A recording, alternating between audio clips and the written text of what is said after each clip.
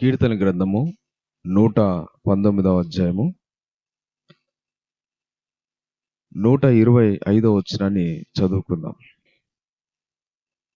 నేను నీ సేవకుడను, నీ శాసనములను గ్రహించినట్లు నాకు జ్ఞానము కలుగజేయము. ఇక్కడ దేవుని యొక్క వాక్యం చూస్తే కీర్తనకారుడు ఆయన ఏమడుగుతున్నాడంటే దేవుణ్ణి, నీ శాసనములను గ్రహించున్నట్లు నాకు జ్ఞానము దయచేయి, కలుగజేయి అంటున్నాడు. దేవుని యొక్క శాసనాలు, దేవుని యొక్క వాక్యము, దేవుని మాటలు, దేవుని చిత్త ప్రకారం నడవడం. అయా, నీ చిత్తములో నడవడం, నీ మార్గంలో నడవడం, నీ వాక్యం ప్రకారం జీవించడం, నీ వాక్యాన్ని గ్రహించడం, ఇవన్నీ చేయడానికి నాకు నీ జ్ఞానం దయచేయమని అడుగుతున్నాను. నిజంగా ప్రతి ఒక్కరు కూడా దేవుని వాక్యాన్ని గ్రహించాలన్నా, దేవుని వాక్యము చెప్తున్నప్పుడు మనం అర్థం చేసుకోవాలన్నా, వాక్యాన్ని చదువుతున్నప్పుడు మనకు అర్థం కావాలన్నా,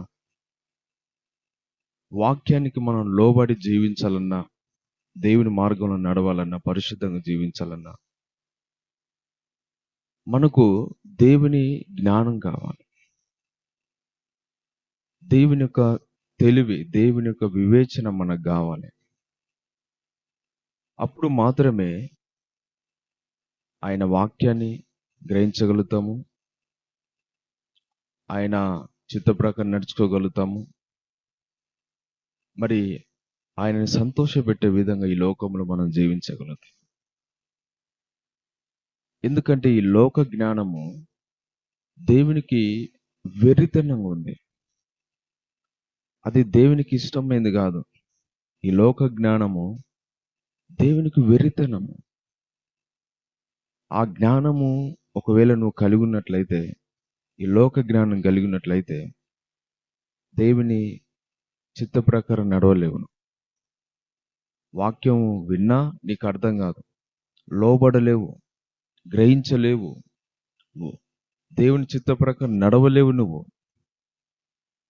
అందుకనే నీకు దేవుని గురించిన జ్ఞానం ఉండాలి. ఈరోజు సొలొమోను కూడా అడుగుతున్నాడు, అయా, నీ ప్రజలను పరిపాలన చేయడానికి, ఇంతమందిని నడిపించడానికి నాకు జ్ఞానం సరిపోదయ్యా. నాకు నీ జ్ఞానము, నీ తెలివి నాకు దయచేయి, వివేచన దయచేయి అని ప్రార్థన చేసినప్పుడు దేవుడు అద్భుతకరంగా సొలొమోనుకి బుద్ధి, వివేకం గల హృదయము, జ్ఞానం ఇచ్చినాడంట. మంచి జ్ఞానం ఇచ్చినాడు దేవుడు. చూడండి, దేవుడిని అడిగితే దేవుడు ఎవరికి ఇస్తాడు? యాకోబు రాసిన పత్రిక అక్కడ వాక్యం సెలవిస్తుంది 1వ అధ్యాయం. ఎవరికైనా జ్ఞానం కొదుగున్నెడల వాడు దేవుని అడగవలెను, దేవుడు ఎవరిని గద్దింపకుండా ధారాళంగా దయచేస్తాడు. మనం కూడా ఇక్కడ కీర్తనకారుడు అడుగుతున్నాడు, నా జ్ఞానం కలుగజేయ అంటున్నాడు. సొలొమోను కూడా అడిగినాడు. మనం కూడా, నువ్వు కూడా అడగాలి. ఈ లోక జ్ఞానం ఉంటే సరిపోదు నీకు. ఈ లోక జ్ఞానము దేవుని దృష్టిలో వెర్రితనం. అది దేవుడు ఏమంటున్నాడంటే, యెషయా గ్రంథంలో దేవుడు సెలవిస్తాడు, ఎద్దు తన కామందు నెరుగుతుందంట, గాడిద తన సొంత యజమాని దొడ్డి తెలుసుకుంటుందంట. చూడండి, ఎద్దు తన కామందుని ఎరుగుతుంది, తన సొంత యజమాని తెలుసుకుంటుంది. గాడిద కూడా మరి తన సొంత దొడ్డిని తెలుసుకుంటుందంట. కానీ ఇజ్రాయేల్ ప్రజలకు తెలివి లేదు అని అంటాడు దేవుడు. తెలివి ఎందుకు లేదు? తెలివి చాలా ఉంది. లోకపరమైన తెలివి ఉంది వాళ్ళకి. దేవుని గురించిన జ్ఞానం లేదు. దేవుని జ్ఞానం లేదు. దేవుని యొక్క వివేచన, తెలివి లేదు వాళ్ళకి. లోక జ్ఞానం ఉంటే సరిపోదు మనకి. అందుకనే దేవుడు ఇంకొక చోట అంటున్నాడు, జ్ఞానం లేకయే నా జనులు నశించిపోతున్నారు.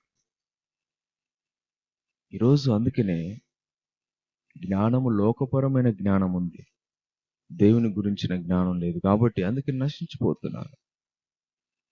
దేవుని వాక్యం నుంచి తొలగిపోతున్నారు, ప్రార్థన నుంచి తొలగిపోతున్నారు, పరిశుద్ధత నుంచి తొలగిపోతున్నారు, మందిరానికి దూరం అవుతున్నారు, వాక్యానికి, ప్రార్థనకు, దేవుని సన్నిధికి, దేవునికి దూరమై నశించిపోతున్నారు. ఎందుకంటే ఈ లోక జ్ఞానం విపరీతంగా వాళ్ళ హృదయంలో, వాళ్ళ మైండ్లో ఉంది. లోక జ్ఞానం ఉంది, వారికి అత్యధికంగా లోక జ్ఞానం ఉంది, దేవుని గురించిన జ్ఞానం లేదు. ఈరోజు లోక జ్ఞానం నిన్ను పరలోకం చేర్చదు. ఈ లోక జ్ఞానంలో నువ్వు జీవించినట్లయితే అది నిన్ను ఆత్మీయతలో నడిపించలేదు. ఎందుకంటే అది చాలా చెడ్డ జ్ఞానం. అది ఈ లోక జ్ఞానం సాతానుకు సంబంధించింది. అందులో అపవిత్రత, మోసం చేయడం, వేషధారణ, దొంగతనాలు, అబద్ధాలు, నరహత్యలు, ఇట్లాంటివన్నీ కూడా ఉంటాయి. ఈ లోకపరమైన జ్ఞానం, ప్రకృతి సంబంధమైన జ్ఞానం, భూ సంబంధమైన ఆ జ్ఞానం ఈరోజు చాలా మంది కలిగి ఉన్నారు. ఆ జ్ఞానంతో ఎంతో మంది మోసం చేస్తున్నారు. మనుషులు మోసం చేస్తారు, మనుషులు ఈజీగా మోసం చేస్తారు, పడగొడతారు వాడుకున్న జ్ఞానంతో. చమత్కారంగా మాట్లాడతారు, లాలన మాటలతో మాట్లాడతారు, మనుషులను చెడగొట్టే మాటలు, పడగొట్టే మాటలు, కృంగదీసే మాటలు, విపరీతంగా ఉంటుంది వాళ్ళ జ్ఞానం. ఎంతో సులువుగా పడగొడతారు. జ్ఞానం ఉంది కదా అని చాలా మందిని మోసం చేస్తూ వస్తున్నారు. కానీ గుర్తుపెట్టుకోండి, ఆ జ్ఞానం ఎక్కువ రోజులు పనికిరాదు. ఆ జ్ఞానం ద్వారా నీకు నష్టము, కీడే జరుగుతుంది లోకపరమైన. అది జ్ఞానము దేవునికి అసహ్యమైనది.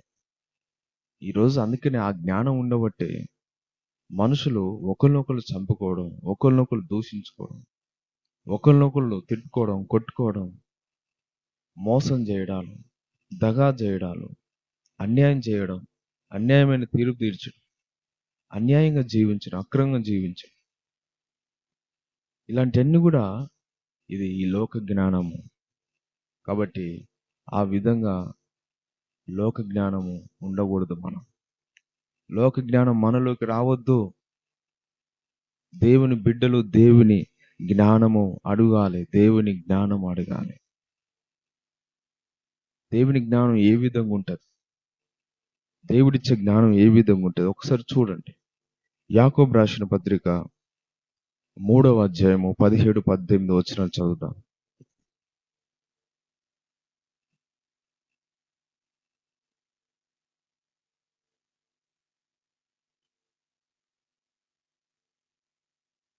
యాకోబు రాసిన పత్రిక 3వ అధ్యాయము 17-18 వచనాలు. అయితే పైనుండి వచ్చే జ్ఞానము మొట్టమొదట పవిత్రమైనది, తర్వాత సమాధానకరమైనది, మృదువైనది, సులభముగా లోబడినది, కనికరముతోనూ మంచి ఫలములతోనూ నిండుకున్నది, పక్షపాతమైనను వేషధారణైనను లేనిదియునై ఉన్నది. నీతి ఫలము సమాధానం చేయవారికి సమాధానమందు విత్తబడను. చూడండి, పైనుండి వచ్చు జ్ఞానము అంటే పరలోకం నుండి వచ్చే జ్ఞానం, దేవుని యొద్ద నుంచి వచ్చే జ్ఞానం.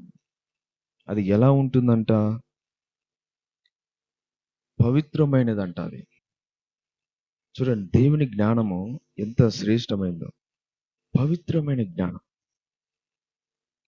తర్వాత సమాధానకరమైన జ్ఞానం, తర్వాత ఆ యొక్క కనికరముతోనూ మంచి ఫలములతోనూ నిండుకున్నది, పక్షపాతమైనను వేషధారణను లేనిదై. ఇది దేవుని యొద్ద నుంచి వచ్చిన జ్ఞానం కాబట్టి ఎటువంటి లోపము, క్రోమ, మతమత్సరం లేని జ్ఞానం. ఇలాంటి జ్ఞానము దేవుని యొద్ద నుంచి వస్తుంది. ఒకవేళ ఇది కాకుండా ఈ లోకపరమైన జ్ఞానం ఉంటే ఇవేమి నీలో ఉండవు. ఈ యొక్క యాకోబు పత్రిక 3వ అధ్యాయము ఇంకా పైనుంచి చూసినట్లయితే మీరు 13వ వచనం చూసినట్లయితే ఈ లోకపరమైన జ్ఞానము అది ఏ విధంగా ఉంటుందో, ఎంత చెడ్డదిగా ఉంటుందో అక్కడ కనిపిస్తుంది. అందుకని ఈరోజు అలాంటి జ్ఞానం ఉండొద్దని కీర్తనకారుడు అంటున్నాడు, అయ్యా నీ జ్ఞానం నాకు దయచేయి, నీ శాసనాలను గ్రహించటం, నీ జ్ఞానముతో నన్ను నింపు, నీ జ్ఞానాత్మతో నన్ను నింపు. దేవుని జ్ఞానము మనకు కావాలి. ఈ లోకపరమైన జ్ఞానము మనకు అది ఎంతవరకు ఉండాలో అంతవరకే ఉండాలి. లోకపరమైన జ్ఞానం కంటే అత్యధికముగా దేవుని జ్ఞానం ఉండాలి. మనకి ఎక్కువ దేవుని జ్ఞానముతో నింపవాలి, దేవుని ఆత్మతో నింపవాలి. ఈ లోకపరమైన జ్ఞానము అంటే ఈ లోకములో మనం ఏ విధంగా నడవాలి, ఏ విధంగా జీవించాలి, మరి ఏ విధంగా మనం వివేకంతో నడవాలా, అది కొంతవరకు మాత్రమే. అది కాదు మనకి చాలా ప్రాముఖ్యమైనది. ఏదంటే దేవుని జ్ఞానం. ఆ జ్ఞానం ఉన్నప్పుడు మాత్రమే ఒక వ్యక్తి ఆత్మీయంగా నడుచుకోగలుగుతాడు, వాక్యానికి లోబడగలుగుతాడు, పవిత్రంగా జీవించగలుగుతాడు, సమాధానము మృదువుగా ఉంటాడు, దేవుని వాక్యానికి సులువుగా లోబడే విధంగా ఉంటాడు, కనికరం కలిగి ఉంటాడు, మంచి ఫలములతో నిండుకొనినదిగా ఉంటుంది, పక్షపాతమైనను వేషధనను ఉండదంట. కాబట్టి ఇలాంటి జ్ఞానము మనం వేడుకోవాలి. ఇలాంటి జ్ఞానం ఉన్నదా? లేదంటే లోక జ్ఞానం. ఎందాక మోసం చేస్తావు నీ జ్ఞానంతో? ఈ లోకపరమైన జ్ఞానము నీకున్నట్లయితే నువ్వు దేవుని దృష్టిలో వెర్రివాణివి, వెర్రి వాళ్ళమే. అలాంటి జ్ఞానం ఇప్పుడే తీసేసుకో, నీ హృదయం నుంచి తీసేసుకో. దేవా నీ తలంపులు, నీ ఆలోచనలు నాకు దయచే, నీ జ్ఞానం నాకు దయచే, నీ తలంపు నాకు దయచేయని ప్రార్థన చేయి. దేవుడు అద్భుతకరంగా తన జ్ఞానాత్మతో నేను నింపుతాను. కాబట్టి ఈరోజు మనము దేవుని జ్ఞానంతో నింపబడదాం, అడుగుదాం, దేవుడు ఇస్తాడు. ఎవరిని గద్దించడంటే దేవుడు తన జ్ఞానంతో నింపి నిన్ను వాడుకుంటాడు. ఆయన పనులు, ఆయన జ్ఞానం వచ్చిందనుకోండి, ఆయన సేవలో వాడుకుంటాడు, ఆయన పాత్రగా వాడుకుంటాడు, ఆయన సాక్షిగా నువ్వు వాడబడతావు, దేవునికి ఒక పనికొచ్చే పాత్రగా నువ్వు ఉంటావు. కాబట్టి మనం ఆ విధంగా ఉందాము, దేవుని జ్ఞానం కలిగి జీవించుదాము. దేవుడి మాట దీవించి ఆశీర్వదించును గాక. ఆమేన్.